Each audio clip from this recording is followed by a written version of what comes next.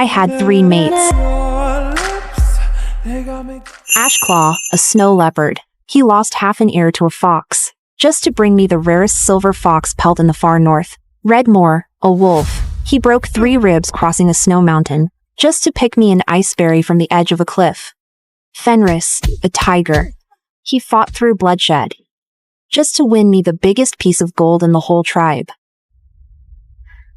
Everyone said I was spoiled. I had the best of everything. My 3 mates put me above all else. Then Ivy came to the Isles from the mainland. She was gentle, independent, and didn't rely on anyone. Alone with her cub, she looked so vulnerable and pitiable. Countless beastmen were drawn to her. My mates too. Kira, you're too fussy. No one will keep putting up with you forever. Not long after that, Redmore left too. I looked at Fenris. Fenris, do you think I have a bad temper too? Don't overthink it. They're assholes. Losing you was their loss. I believed him until that evening. I saw him shift into a little tiger and follow closely behind Ivy. He rubbed submissively against her hand, clutching my aching chest. I turned and ran, only to slip and fall off the cliff. Later that night, covered in wounds, I burst into Vaughn's room. Dad, I'll go. I'm willing to enter a marriage alliance in the polar abyss. Kira, have you lost your mind? Vaughn's cup hit the floor. His eyes widened, his voice trembling. That's the polar abyss. The dragon's territory. Every other woman prays not to be chosen. And you're volunteering to go there? The polar abyss is a frozen land at the end of the world. Dragons had no females of their own. Every year, they relied on marriage alliances with other tribes to continue their bloodline. Their power was terrifying, their possessiveness even more so. They never shared a mate with any beast folk. No woman would willingly go there. Did your mates cause trouble again? I'll go teach them a lesson myself! Vaughn's voice turned cold as he got to his feet. I lunged, grabbing his arm. Don't! Dad, please! Don't go! Don't stand up for me anymore! When Ashclaw and Redmore left, I cried to Dad. That woman, Ivy, had been moving farther away, yet they never came back to me. They grew colder toward me. Kira, quit it. Ivy did nothing wrong. She almost got exiled from the tribe because of you. Without your chieftain dad, you're nothing. I can't believe I ever liked you. They tore my place apart and smashed everything I owned to pieces. That night, I held Fenris and cried for a long time. And now even he's gone. In the silence, Vaughn exhaled. The drawing's in 3 days. Think it over. When you know what you want, come find me. I stepped outside and immediately spotted Fenris. He was leaning against the doorpost, staring down at a tiny flower in his hand. It was the one he'd begged Ivy for today, tail wagging. Seeing me, he put the flower away. Kira, what did you tell the chieftain? Did you badmouth Ivy again? I wiped my eyes and kept walking past him without a word.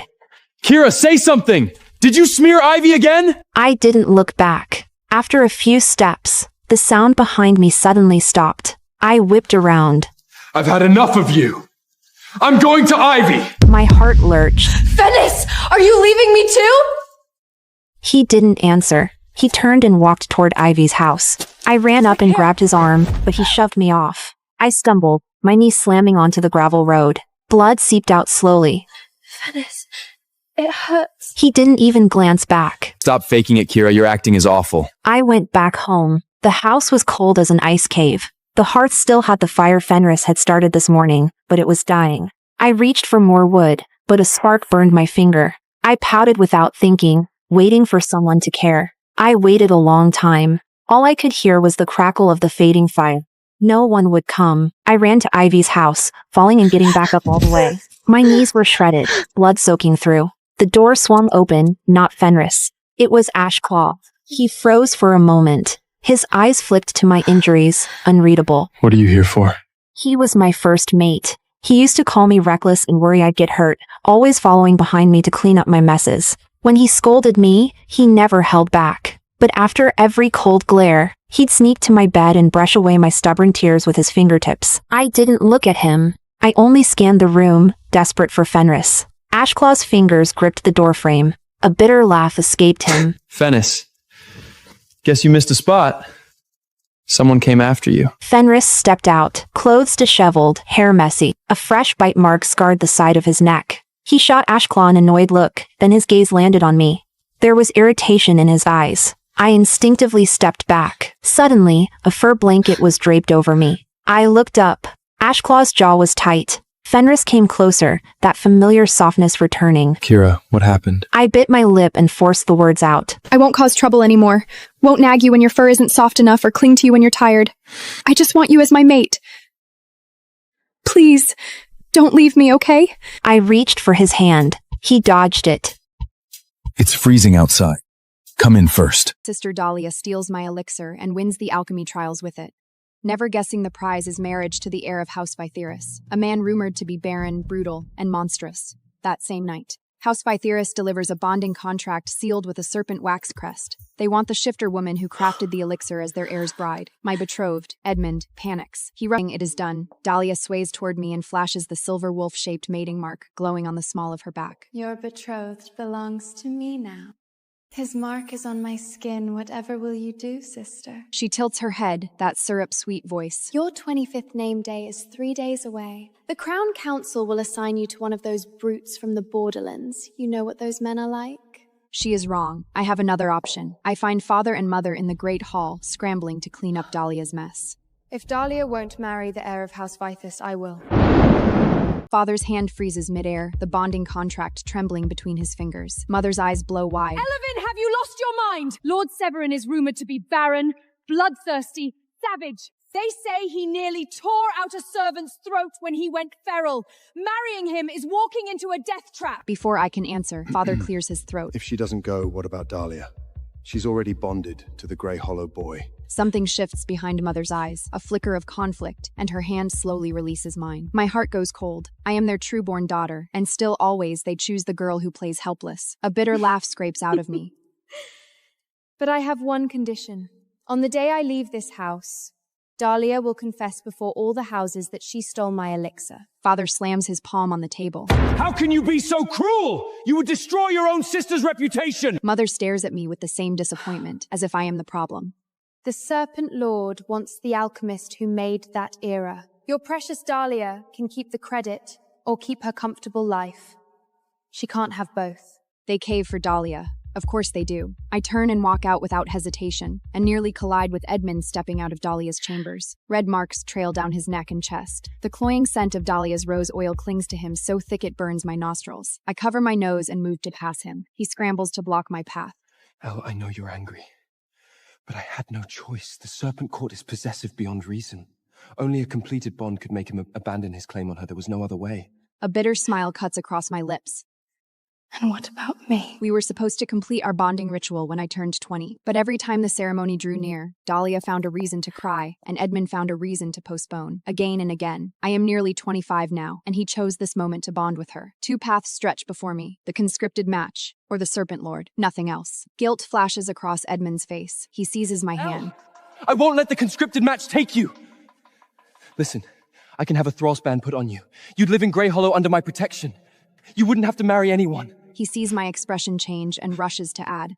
It would only be in name. Once you're at Grey Hollow, I'd treat you the same as Dahlia. You'd want for nothing. I almost laugh. The audacity, only shifters convicted of serious crimes, those with nowhere left to turn, except the thrall brand. A branded person can be sold by their house at will. They live beneath everyone, and they're to rip my hand free. I would sooner walk into a serpent's jaws than wear your brand. At least the serpent doesn't pretend to love me while he devours me. Edmund's face darkens, wounded pride twisting into something ugly. Elowin! Don't you love me? Is your pride really worth more than being with me? I fire back without missing a beat. Oh. Then why don't you make Dahlia the thrall? That would save her just as well. Dahlia? A thrall? She couldn't survive it. She's too delicate, too gentle. She deserves to be cherished, not branded. Years of swallowed grief surge upward. My vision blurs. Because Dahlia is hairkin, soft, fragile, born looking like something that needs protection. And I am the last nine-tailed fox shifter in all of Eldrath. Strong, resilient, supernaturally fast to heal, carrying 9 lives. So father and mother favor her, and my own betrothed pities her. Every hurt, every sacrifice, it all falls on me. Because I look like I can take it. Edmund flinches at the scorn in my eyes. Shame curdles into anger, and he throws one last line over his shoulder as he leaves. Think it over, Elle. You know as well as I do, you have no other options. After he is gone, I drift downstairs in a daze and find a delivery from House Vytheris waiting for me. I open the box. My breath catches. A moonstone pendant, the exact one I lost at auction during the last merchant's gala. Warmth spreads through my chest, unbidden. Maybe marrying Lord Severin isn't a death sentence after all. The next day, I go to a goldsmith's workshop in Crown City to choose a return gift for Severin. His beast form is a green-eyed black serpent. I pick a cloak pin shaped like a coiled snake, black silver base, 2 emerald eyes. I allow myself a grim bit of humor. At least House Vytheris commands more wealth and power than nearly anyone in Eldrath. What exactly do I have to complain about? Oh my. How duplectious of you, sister. You claim you'd never be Edmund's thrall, yet here you are spending a fortune on his name day gift. Such devotion, I could never be so clever. Dahlia stands there with Edmund's arm linked through hers, wearing a victor's smile. That is when I remember. Today is Edmund's name day. They think I bought this for him. So much for your pride. You're bending the knee to avoid the conscripted match after all. That one is hideous. Get me a wolf, silver, with grey eyes, something worthy of my house. This is for my betrothed. It has nothing to do with you. Still putting on a brave face? You're nearly 25. The decree takes effect in 3 days.